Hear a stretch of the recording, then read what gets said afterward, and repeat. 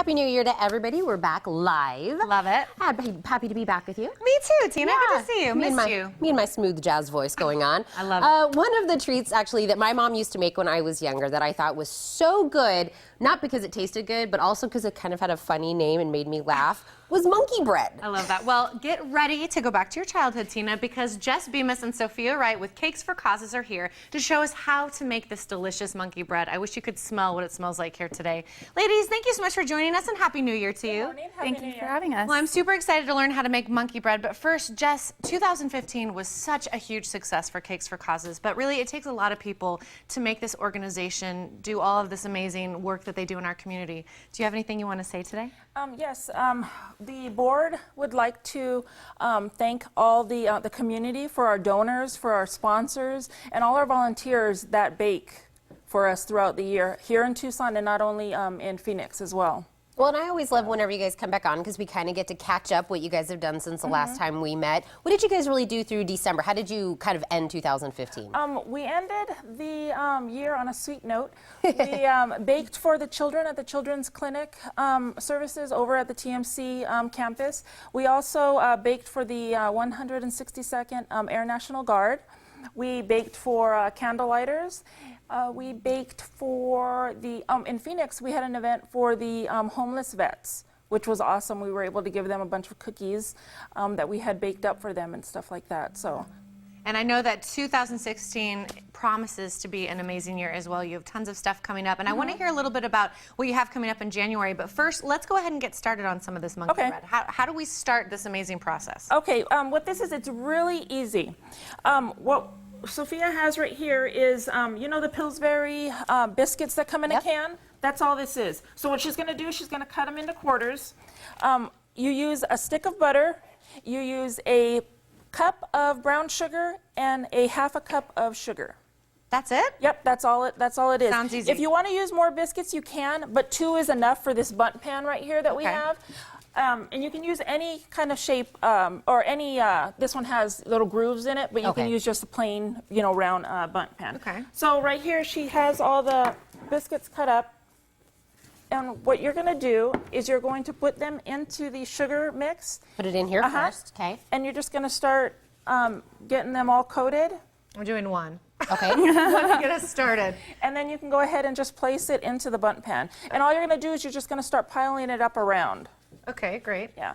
And you bake this at 325 for about 30 to 33 minutes, depending on your oven. You'll start smelling the bread when it's almost done. So you can smell when it's my favorite thing about monkey bread is it's like ooey gooey on the outside. So is that what the brown sugar and butter is going to do for us? Yeah. When it bakes up, it's just gonna look like, you know, little pieces of bread on the top. You don't see all the brown sugar, but once you let it cool in the pan for about 10 minutes, once you flip it over, that's when all the ooey gooiness just comes out and spills all over the place onto your And we were kind of talking beforehand. Actually, Heather made some of this recently, and her husband made this, but you can do variations. Yep.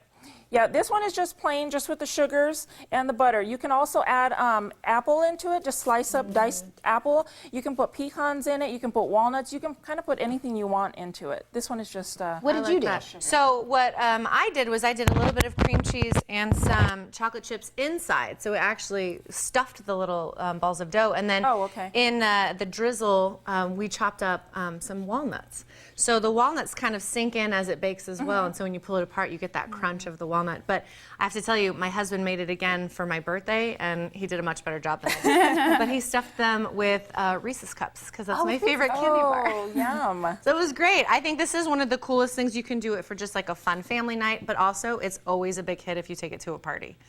You know, a big party favorite. And it's super simple. So now let's just pretend that we have it all filled up all the way to the top, or you know what, let's just go ahead and just throw those babies in there. And then, Heather, what you're going to do is just go ahead and pour, you have the brown sugar butter mix. Okay. And you just pour that all around. And I can trust that it's going to get all the way to the top.